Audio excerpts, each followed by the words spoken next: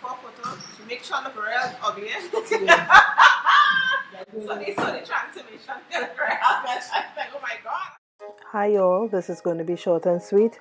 I'm just showing you all a little, it is not a tutorial, it is just a transformation. So this video is going to be sped up because it would have been too long.